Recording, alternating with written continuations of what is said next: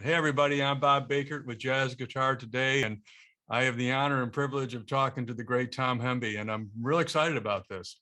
If you like our content and you like the way we bring people like Tom to you, please subscribe to both the magazine, our YouTube page, like, share, and follow. Okay, with that being said, good morning. Good morning. How are you? Man, I got to tell you, this is such an honor. It really is. I don't even know where to begin. I swear to God, I don't know where to begin. It's like, for people who don't know you, because you've spent a lot of time, in the studio, you've spent a lot of time with people like Amy Grant and Kenny Loggins and the Imperials and all those people and thousands and thousands of recording dates and all that. For people who don't know you, we don't do history here. We don't do, I grew up in Missouri and I started playing guitar when I was whatever and all that. Yeah. What we do is, what are you doing today? And we're going to talk mostly about Dealin It, which is your new record that's coming out next month, the 18th, I believe. For people that aren't familiar with Tom, and you should be, shame on you, go and Google him and listen to the things that he does and has been doing for years and years and years, because he's astounding. And I'm not overselling it. And this is not hyperbole. He's astounding as a guitarist for sure. And that's only one of your talents. I mean, you produce, you do the whole 9 yards, and it's really incredible. So you've got a new record coming out.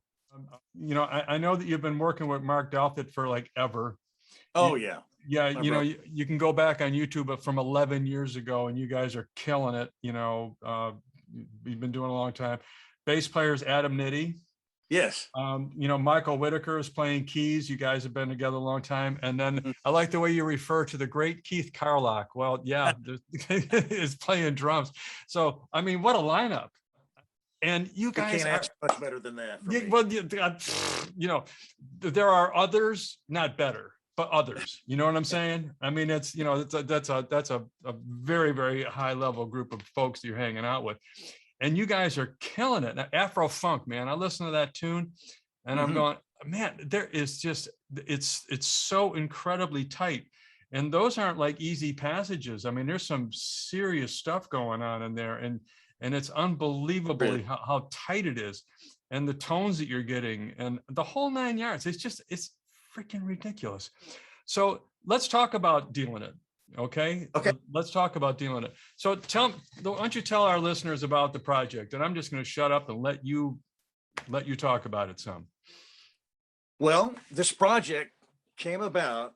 A good friend of mine, Mark Hornsby, who used to head up the creative process at Sweetwater Sound in Fort Wayne, Indiana. He ran their studio and would do workshops and different things. So what happened was he asked if I would have the band come up to do a recording workshop a few years back. And so what we do at these workshops is it's like a 3-day event. People would pay to come and hang out in the studio just to see the whole recording process, to see how you start from the beginning as far as miking drums, miking guitar amps, and getting sounds, that whole thing. And then we would record a song, and then the next day he would mix it for the guys and that kind of thing, just to do a rough thing. And just to show them, give them a general idea how the recording process is. So what happened was, each time we did one of these workshops, I would write something or have one of the fellas, come up with some kind of musical idea, like Afro funk, for instance. That was a Mike Whitaker tune, and one that we had been playing for some time. So anyway, we would go in and we would just record a song, and eventually we had enough tunes for a project. So that's how this whole thing worked. That's awesome. You got it backdoored into it. So yeah. All these tunes, I wrote most of them, but it was something that it was a labor of love. I just took my time and just made sure that these things really said something. And so anyway, we went into the studio, did all these things over. It was over a period of a few years here, and but this is the result, and I'm so thrilled with the way it came out. From there, I actually, I brought the things home to my studio, and I just kind of messed with some things editing wise, replayed a solo or two here and there, and that kind of thing. But the bulk of that was done there at Sweetwater Studios. So. Well, it sounds amazing. I mean, it really does. Well, it sounds amazing. So, you're playing, I mean, going back, and we'd be a little historical here. You play with Amy Grant, Mhm. doing her thing. And I mean, she's wonderful. You've messed around with Vince Gill. That's, uh, Yeah. Kenny Loggins, Michael McDonald, all these different styles, Mm. and yet, even as early as 11 years ago, I think it was, you were playing, there's a video of you doing "'Cause We Ended as Lovers," the Jeff Beck, Yeah, yeah. Stevie Wonder tune, and playing that whole thing. And then, when I listened to some of the other stuff that you did 6 or 7 years ago with Keith and all those at Third and Lindsley, I'm going, man, I mean, this is out and out, I mean, it's funk, fusion, jazz, R&B, rock thing, all kind of molded all together, Uh, and with some amazing guitar tones, which, by the way, it well, just thanks. sounds great. And at that time, and the one track I was listening to, you're playing a 335. Hmm. You're playing a 335, and then but so talk about how your guitar playing, being Vince Gill said in the Danley trailer, he said that you're not just a not good country player, or a good jazz player, or a good this, you're just a good player. Yeah. So talk about that a little bit, how all these different styles that you have mastered, but also incorporate into the Tom Hemby thing, if you will. Sure. Well, I guess in that case, we will have to back up in history a Back bit, up, go because ahead, you can back yeah. up. So having grown up, in small town of Southern Missouri, I grew up in a family of. It was kind of a mixed bag. My mother loved gospel music. My father was a bluegrass player, country player. So from the time I was 7 years old on, when I was 7 years old, my father got me a little mandolin and showed me a few chords. So, I know how to play all these hoe downs and all this stuff on mandolin. So I've had a very eclectic background, musically. And then as time went by, when my hands got a little bigger and I could get my hands around a guitar neck, I started playing my dad's acoustic guitar. And then one day I heard this guitar player, Chet Atkins, and Who I is that? thought I Who is that? What? yeah, Who? Who? exactly, Mr. Guitar. Yeah, The yeah, world knows he Mr. kind of had to Guitar. figure it out, didn't he? Yeah, he did.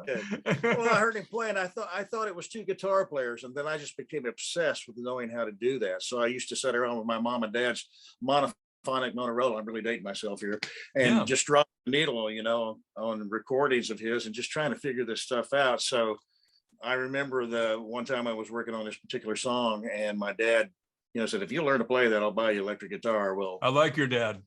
yeah, within a few days, he definitely had to ante up, as I said in the interview, and he bought me a guitar. So, but from there, I just became, just listening through radio and all different types of music. I just love music in general. I don't know Mhm. that there's one thing that well, I guess there's some things I prefer more than others, but if it's music, if it's done well, I love it, regardless who it is. So, I mean, say all that to say, I've had this Mhm. eclectic background of, bluegrass, country, jazz, rock, gospel. It's a gamut of things that I have put a lot of time into over the years, into a lot of different styles. And so I think that's what really was a big plus for me as a studio musician coming to Nashville here. And because, I could get a call to go do a country date, I could get a call to do a rock date, a jazz date, or anything. So, it really paid off to kind of have my hands in a lot of different things there, an iron in every fire, as they say. So, Your playing is just awesome. It's just well, awesome. thank you so much. You do But a the thing. jazz thing is probably the thing I enjoy doing the most. When it's all done and said, I just love the challenge of just advanced music, and just I've always been attracted to something complicated, trying to figure out how to do that. Yeah. And it Yeah. speaks to my. There's a technique. I'm going to talk about one specific technique that I really, really enjoy. It's like a double stretch. You'll bend the string to a note, and then you'll bend it again up some more. You know what I'm talking Yeah, about? sure. And and when I heard you do that, I mean, it's not that somebody hasn't done that before, but you do it. I mean, you do it so well. Just, Gosh, you know, and like I didn't expect it. You know, I think Jay Graydon, or was it Jay Graydon or Michael? One of the people it was saying that, you know, you do a lot of surprising things is going to be my paraphrase of it. You know, you're kind of always surprising here, which is what I think, you know, improvisational music and playing from the heart is kind of all about. Sure. So the ensemble, you know, in this recording, you know, Keith Carlock also plays with Wayne Krantz, who's a good buddy of the magazine and all that. Yeah, yeah. I've gotten to see Keith a couple times, and you know, and it's just ridiculous how good he is. But you know, and Adam is like right there with him. It is, but the five of you are so just incredibly tight on this complex stuff that you're playing. I mean, it's phenomenal. I mean, I'm going to ask a question. I think I know the answer to it, but I want to hear it from you. I mean, is that just something you guys just fall into, or is this hours of rehearsal, or how have you done this thing? How did you get it so? You know what I'm talking about? The precision that you guys play with. I think it's probably thousands of hours of our misspent youth.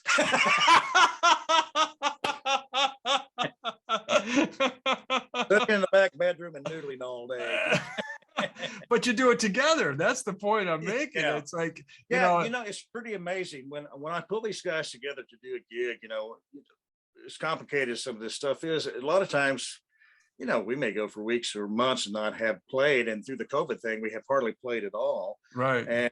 But, you know, when we go do a gig, you know, sometimes we just show up and play. And sometimes we might get together and just, you know, maybe spend an hour or two, just kind of brush up on some endings or things like that. But there's never a lot of preparation that goes into just us playing together all the time. I think it's just probably of years of just doing it and just knowing what to expect from each other and what's going to happen, you know, trying to anticipate what's going to happen next, you know, that kind of thing.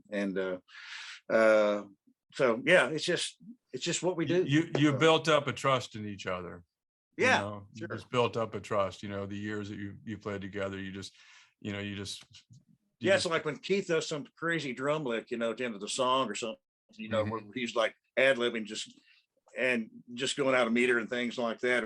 And we're trying to hang with it. It's like, you know, I just trust him. You know, I know he's always going to come back to it. So Keith, are you there, Keith? Are you there? Oh yeah, there he is. Okay, I got. Well, what right now, but I'm coming back. I'm coming back. Yeah, I just something caught my attention. What a phenomenal drummer he is. I mean, just sure. There's just like nobody like him, really. I don't think so. I mean, he really has his own thing. You know, sure, absolutely, totally. If someone was to ask you to define your own style, if I was to say, you know, what is the Tom Hemby guitar style, how would you answer that question? Oh gosh, well, yeah, thank you, Bob. it's very complicated, you know.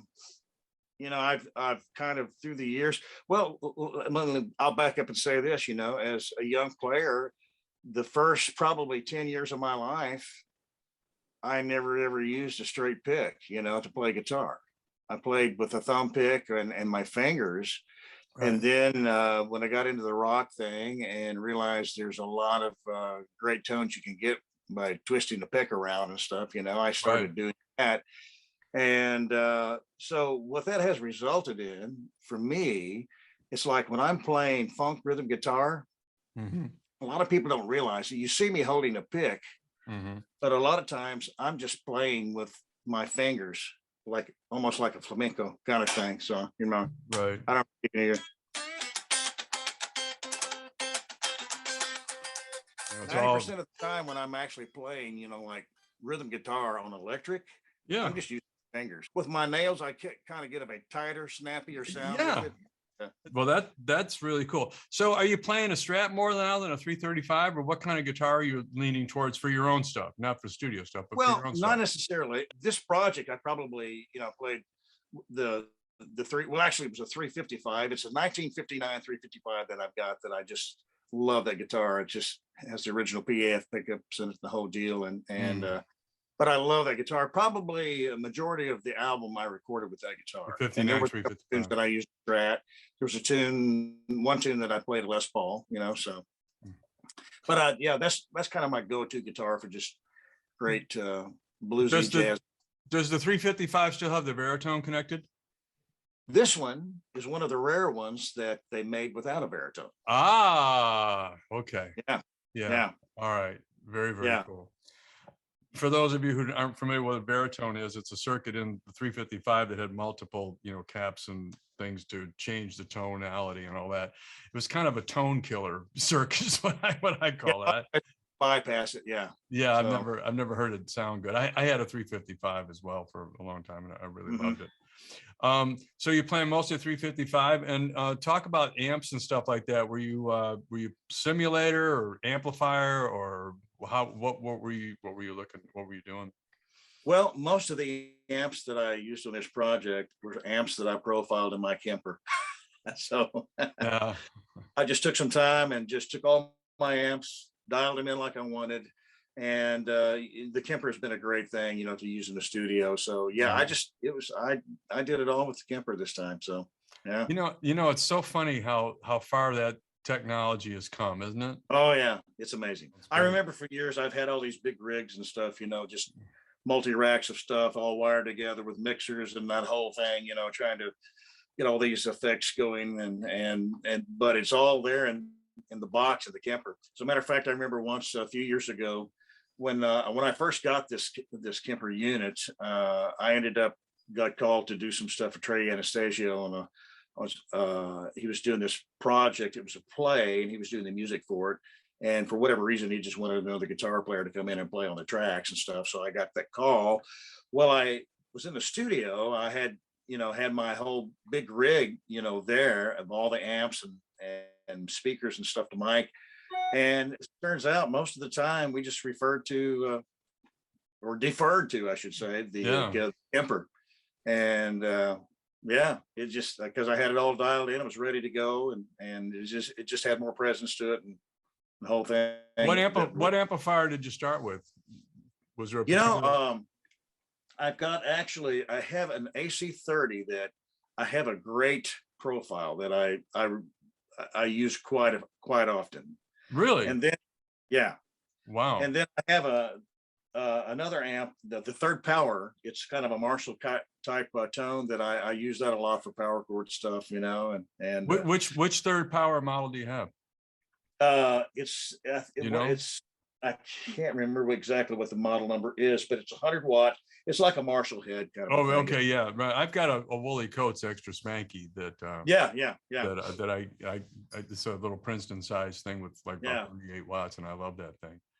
And I did a profile I had a 65 Deluxe. I did a profile of that I use, and I've got a Marshall profile that I had of 50 watt Marshall. And let's see, there was no real surprises there. I mean, 50 watt Marshall and a 665 Deluxe and an AC30. I mean, that's the trifecta, isn't it? And that's kind of the deal. And if you need one with a little bit extra, you go to the third power and got that whole thing going on. Isn't that?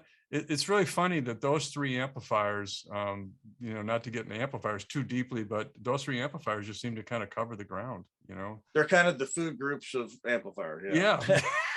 Very well put.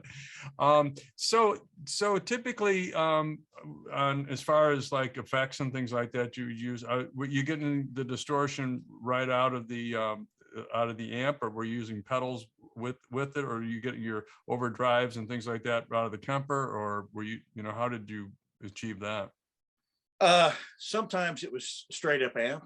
Mm-hmm. And then sometimes I would use pedals. I had one of the Plimsoll pedals that I use for bluesier tones and stuff, and but a lot of times it was just the amp that I use. So yeah. So that's so super cool, and the record sounds great. Is there anything the tracks? Obviously, there's how many tracks are on the record? is it? There are 10 tracks. Yeah. I was going to say, I thought there were 10 tracks on the record. It comes out on the 18th of March. The 18th of March. Uh-huh. Man, Yeah. is that cool or what? Yeah, I'm very excited. Are you going to try to tour with that group? You going to try to put together some kind of a live? Say tour, that might be. Well, you know what I mean, tour. I mean, you're going to try to take it around and play at live places and stuff? Certainly that's our desire to do that, you know. Don't really have anything booked just yet, but we hope to play some. Yeah, it'd be a shame not to. Oh yeah. Yeah, I think it would be a real shame not to, especially because that band is so good. You know, it's yeah, really it's a matter of getting everybody together at the same time, because you know Keith obviously tours with Steely Dan, Mark Douth is out with Mike McDonald quite often, and he and Larry Carlton he's been touring with. So right. You know, just catching everybody when we can actually do a date together. So, and Adam tours with Kenny Loggins from time to time, and so yeah. Yeah, anybody we've ever heard of. Yeah, I mean, you know, it's pretty Steely Dan. Yeah, that's pretty impressive. I do have to thank you know, Mike Hedden from Damn These Sound Labs. He sent me the trailer you know, with you and your endorsements from Jay Graydon and Steve Lukather, and let me see who else is in there. Michael Omartian, yeah. Michael Omartian's in there, and I mean, just, you know, Vince Gill is in there, and Phil Keaggy is in there, and I mean, you know, these are your buds, you know, and yeah, and they're just saying these are some of the most wonderful musicians in the world, saying the most wonderful things about you. I mean, that's got to make you feel good. I'm extremely humbled and honored by them doing so. I mean, I love these guys. They've been so near and dear to me through the years, and you know, there's nothing quite like having your friends step up to the plate and making those kind of statements. It just bowls me over. So, well, you know, I was talking to Mike Hedden, and for people who don't know, Mike Hedden is, I guess, the CEO of Damn These Sound Labs, who, if you don't know who they are, I suggest you go check out Damn These Sound Labs. And it looks like there's some speakers there behind you from these guys right here. Yeah. You know, they make the world's greatest speakers absolutely for all kinds of stuff. We've got them in a jazz club here down in Atlanta. But I got to say thanks to Mike for sending me that, because I just, you know, we played a few gigs together way back in the day. He's a trumpet player. Did you know Mike's a trumpet player? Oh yeah, I know that. He told me. Yeah. Oh yeah. Okay. He's really well. I don't know if he's keeping his chops up, but at one point in time he was pretty incredible trumpet player. So he should have a good horn design of some kind. He's pretty darn good. But anyway, we want to say thanks to Mike for sure for putting absolutely together. Love and so I was going to say that Mike's statement to me was that not only are you the phenomenal player, but he said you're also a phenomenal human being. And you know, I mean, he just couldn't say enough nice things about you as a human, as a person, in addition to being, you know, a great musician. So, you know, that's, well, my mom and daddy raised me well. apparently so, and with good ears and all of that. So we could talk for hours about it, and we could get into the minutia of all this stuff, and someday maybe we'll dive in, you know, bit by bit. I'm going to highly recommend to everybody out there that you pick up a copy of Dealin It. It's I don't even know how, I mean, we could describe it as, what would we describe it as? I mean, it's funk, you know, yeah. It's a fusion, you know, in the positive sense of the word. It's got some R&B feel to it. It's definitely jazz. You know, if you, I hate to do these kinds of things, but if you like Michael Brecker and some of the things that he recorded, you know, back in the day with Ulf Wakenius and Ray Brown, and if you ever caught any of that stuff, if you dig that, if you dig Larry Carlton, you know, for example, I mean, I hear some Carlton stuff in your playing, even though I don't think of you as a Larry Carlton brother. Yeah, but I mean, I hear some of that, you know, it's you know, if you dig all that stuff, man, you got to pick up a copy of this record. It is just phenomenal. it owes an audience owes you to listen to this stuff. You know, it's incredible how good it is. It's that good. It's really, really good. So we wish you all the luck with it. Is there anything you want to add to this before we close out? Anything you want people to know?